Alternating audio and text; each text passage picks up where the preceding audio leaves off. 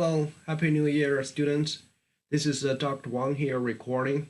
I'm the instructor for this class. It is also called the Principles of Finance.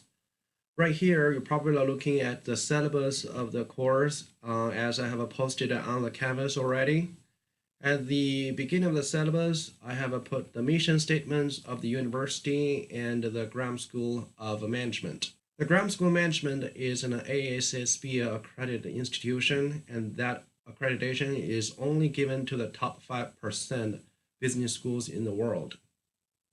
Talking about this course, it is called the Principles of Finance, which means it's the most fundamental course in the discipline of finance, and also it is a required course for all the business majors in the Graham School. This class only lasts for 8 weeks instead of 15 weeks, so it is only half of the semester. Be aware that when your time is cut in half, that means your work is twice more incentive.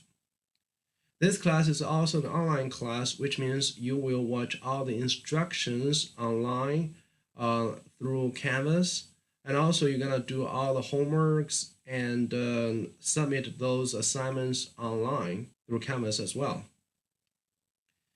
My name is Sean Wang, and I can put you my email address right here, swang@sxu.edu, as you can find it through Canvas or just on the public website of the Graham School. So talking about this course, just for your information, the finance covers two major areas. One is the corporate financial management, and another is investments. Corporate finance relates to the financial health of corporations and also the decision of those corporate managers in such as long-term assets investment, adjusted capital structure, like borrowing more money or raising more capital from partners, and also estimate the risk and earnings of a company. So that's for financial management. Another major area is called investment, and that is related with the investing your money or your client's money, okay, in different types of securities, namely stocks and bond, and also other derivatives. In this class, you will learn all the valuation methods for the securities and also how to combine the securities to reach the best risk and return combination. You know, in finance, we always talk about risk and return. We always want to maximize the return and minimize the risk. So there are two equipment required for this class. One is a financial calculator. Usually it is a TI-82 model or above, TI-83, 84, or even 85. And also you should have a Microsoft Excel installed in your computer. If your computer doesn't have that, you can use a school computer in the computer lab of the Graham School or any other places on campus. Okay, so here are the main learning outcomes. So the first and foremost goal is to apply these real-life skills. Well, we learn this just to make our living better. So if you have successfully completed this finance course, then you will have the adequate skills in your personal finance. For example, you will be more financially savvy when you are borrowing mortgage loans or save for your retirement or manage your credit card bills or even the car loans and many other things. And from the accounting perspective, this course will consolidate your knowledge in cash flows management and also the basic accounting procedures.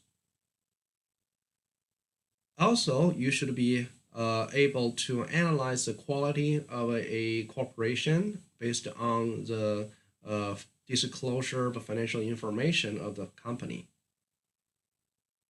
And also you would be able to analyze the fair value of a security which is offered on the capital market. And again, you do the analysis to try to make money and also limit your risk.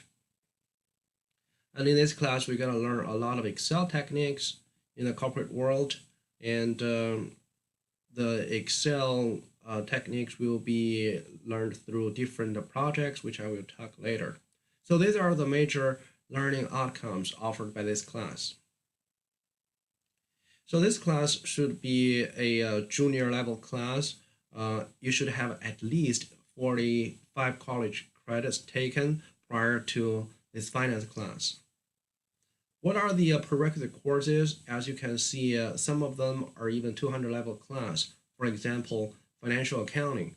You really need the basic accounting knowledge in order to understand the financial management. And also, you should have taken Excel in business. I'm not sure whether the title has changed to BANA 250 or still as a Management 250, but you should know it is an Excel class, and it teaches the basic techniques in this software. So you should be prepared to use Excel software in day one for my class. And also, you should have the basic knowledge in statistics. When you analyze securities, you're looking at a lot of numbers, a lot of prices, a lot of returns. You should be able to do statistical analysis. So this is another must requirement for my course. And of course, finance is always very quantitative. You should be mathematically ready, especially you need to take, you should finish Math 99 at minimum. So what is the textbook of this class? It is called The Fundamentals of Financial Management. It could be the 13th edition as the oldest, and you can buy the 14th, 15th, or maybe 16th edition. Well, I do not really care about the edition or versions of the textbook because the main topics and the content is not much different across different editions of books. So as long as you remember the authors and the book title and buy the book, you should be fine. The last time I searched online for a 13th edition, a hard copy, it is only sold for like $7. How necessary to have the book? I would say it's pretty necessary. You need to read the book for the content, as I prepare my materials solely based on the book. Okay, so here is the main part. Right here, I tell you how you get your grade. So the whole class, the homework could be divided into these chunks. So the first chunk is Excel projects. So there are 7 Excel projects throughout the semesters. As you can see, they each cover a different topic. And they have a different points. You know, the last Excel project would be more labor intensive, so it is worth more. And right here, I have put the due time of each project.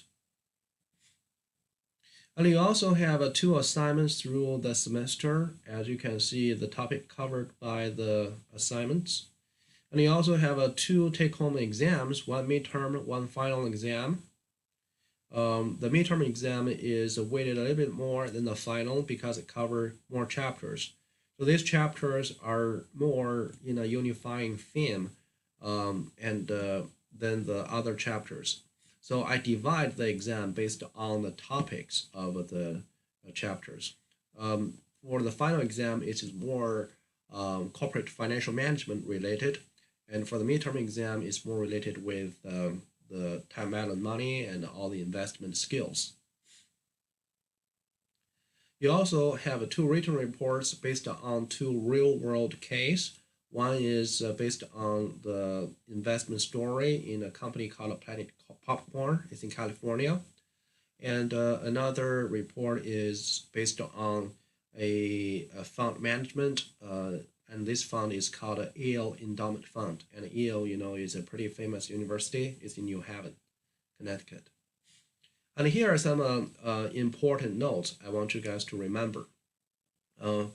First of all of these assignments should be due at 11:59 p.m., which is a midnight of the Saturday of the week.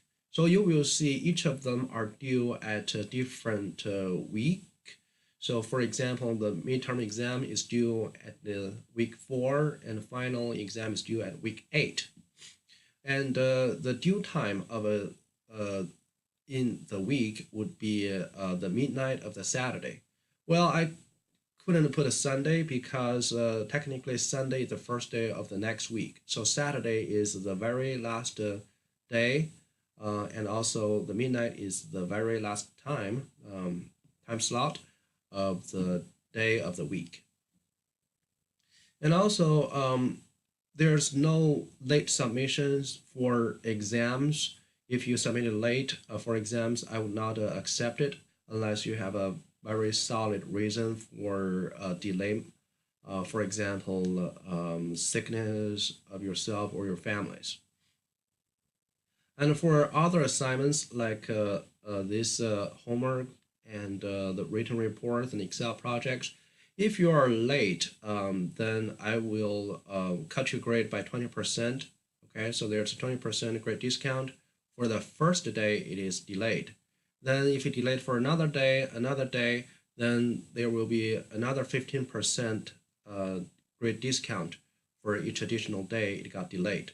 So if, let's say, if you turned in your homework 2 days after the due time, then you would your grade would be cut by 20 plus 15%, which is 35%. And also, all the assignments need to be done individually, and you should not collaborate for the exams. And when you submit all these assignments, as I put it in the table, I only accept Excel, of course. Excel can be the only, it is the only format for all these Excel projects. So all the projects need to be done in Excel. So that's the only format accepted for the Excel projects. And for the other ones, you can do it in Excel. Sometimes doing it in Excel is much easier for certain questions in these assignments. And also, you can use Word. If you prefer typing, you just type it in a Word document. If you prefer handwriting, it's okay to handwrite on the paper. However, everything has to be done electronically. That's the bottom line. Everything has to be submitted electronically through Canvas. So if you handwrite on a paper, then you would need to scan it into a PDF file. Okay, you can scan it into a PDF file, so you can submit it through Canvas electronically. What about if you take a picture? Unfortunately, I cannot take a picture of your handwriting. I know it's a smart way to turn in your homework. The thing is, if I grade on the canvas, then the picture with the nowadays technology has too much pixels, which means it's very hard for me to read picture through canvas. I can only see a very tiny part of your picture on my screen on canvas. So which means I would not allow you to turn in a picture through canvas, but you can copy paste that picture into a Word file. Okay, you can copy paste all the pictures you've taken on your handwriting for your homework into a Word file, and then submit that Word file, that one Word file, through Canvas. I hope this is clear. Okay, so this is the assessment rubric for ACSB. So basically, it tells you under what circumstance you would get a good grade, you would get a average grade or below average grade. So basically, just do a good job, as good as possible, to earn a high grade. And talking about grading scale, it's a pretty normal. So if you get a 90% or higher, you get an A. So between 80 and 90, you get a B. All right, I'm not that harsh on grading. For example, if you get a 90.6%, is that a B? Well, I could have raised up to an A. Okay, you can count on my words. So if you get a 90.5, 89.5 or 89.6, I can raise to a higher, lighter grade. The thing is, if I do that kind of a curve, the same amount of curve would apply to everybody, okay, just to ensure class integrity. Okay, but if you get a 88, I know it's close to getting an A, but still I cannot really raise it to an A unless everybody gets the same curve. All right, and right here is the content outline. I don't want to spend time to talk about each of the topics because later in the other instruction videos, I will introduce them one by one in much details and in a very extensive way. So there's no need to talk about these topics. You just need to know these are the chapters covered throughout the week 8 period. All right, the statement of technology, this is imposed by the university. So to stress that we are in the new era of technology, so we're gonna use the internet. Of course, this is an online class, we have to use the internet, PowerPoint, Word, Excel, and Canvas. Well, Excel we use here is different from the Excel used in other social science classes. And we're gonna learn a lot of real life hardcore Excel techniques applied in finance, applied in accounting. All right, and statement for students with disabilities, and here is the email of the Learning Center. So if you have some issues which require special accommodation, here's the contact information. Statement of academic honesty expectation, I put it here. So basically that tells you if anything related with cheating happens, okay, then there is a severe consequence, okay. Last semester, I have to discipline one of the students who got caught cheating during the exam, all right. And for this class, of course, I trust the integrity of all of you, but I still have to remind you there is a consequence if some of this happen, all right. And with the technology, I can tell whether a work is done in a collaborative way or done by yourself.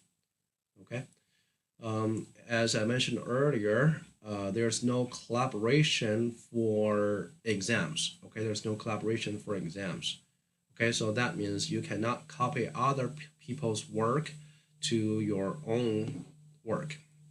Right, and the technology allow me to distinguish whether your work is done by yourself or by others.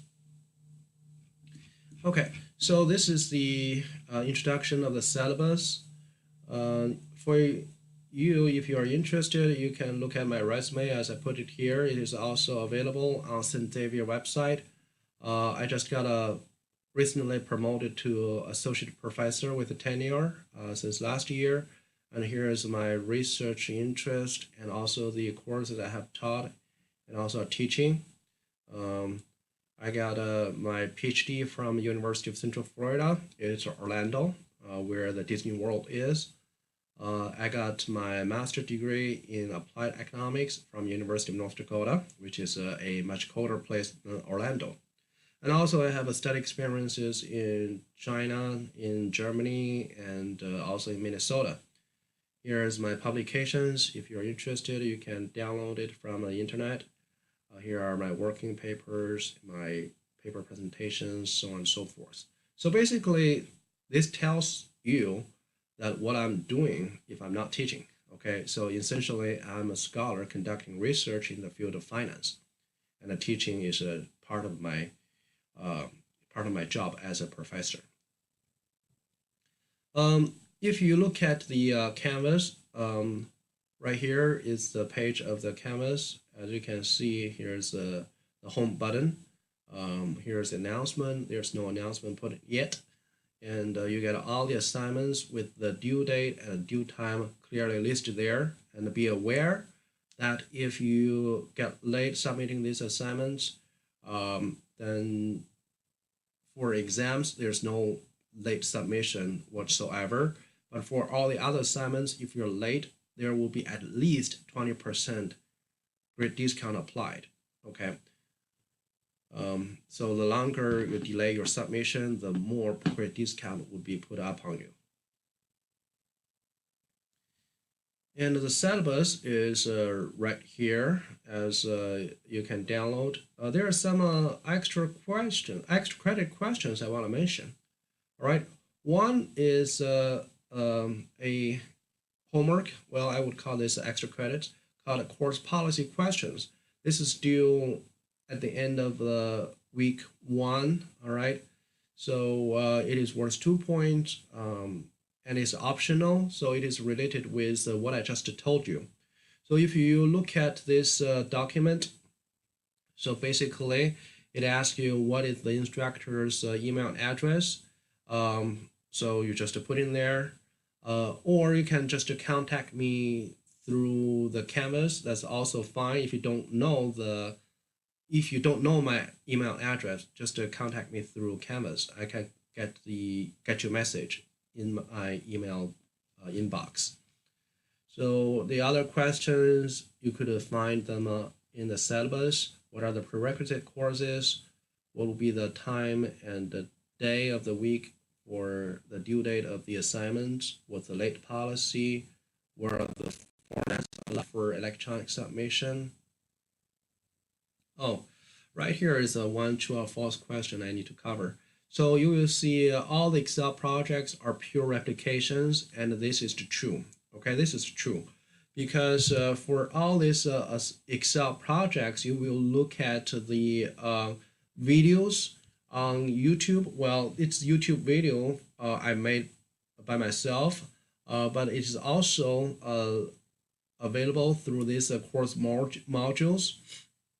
So you will see this video modules, and you will see the videos for the Excel projects. Here you get the Excel project 1 videos, a lot of them. Well, don't be scared. Each of them would probably last for 2 or 3 minutes. Let me just click another one. So this is Excel project 2. This ones this video would last longer than 2 minutes. It's like a 20 minutes video. But for this videos, this group of videos, okay, for Excel project 1, they each lasted 2 to 3 minutes, 5 minutes tops. So in total, that's not too long. So let me just click on one of them. You will see the video instruction is here available. So basically, you are taught how to do this Excel project. And I just teach you how to type in the thing with the instruction along the side. Okay. So all you need to do for this Excel projects are simply replication. You just follow exactly what I do in this video on your own Excel spreadsheet. Okay, you just follow exactly what I do. It's a purely replication. You don't have to improvise. You don't have to create anything. You just follow what I did right there.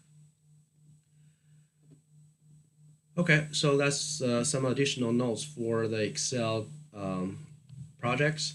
And also, true or false, one can work on exams in a group of students, and this is definitely false. As I mentioned earlier, in the syllabus, I clearly put that there's no collaboration for the exams. There's no collaboration for the exams. And also in the statement of honesty expectation, I'm also said there could be consequence if you get caught using other people's work or work with another one for the take-home exams. All right, I hope this video had made clear of all the policies of this class. Okay, for more questions, I'm reachable through my email, or you just you can send me an email, and I should respond within 24 hours if during weekday, and 48 hours if during the weekend. All right. So if you have more questions, just let me know. And I hope you would enjoy the semester. Thank you so much.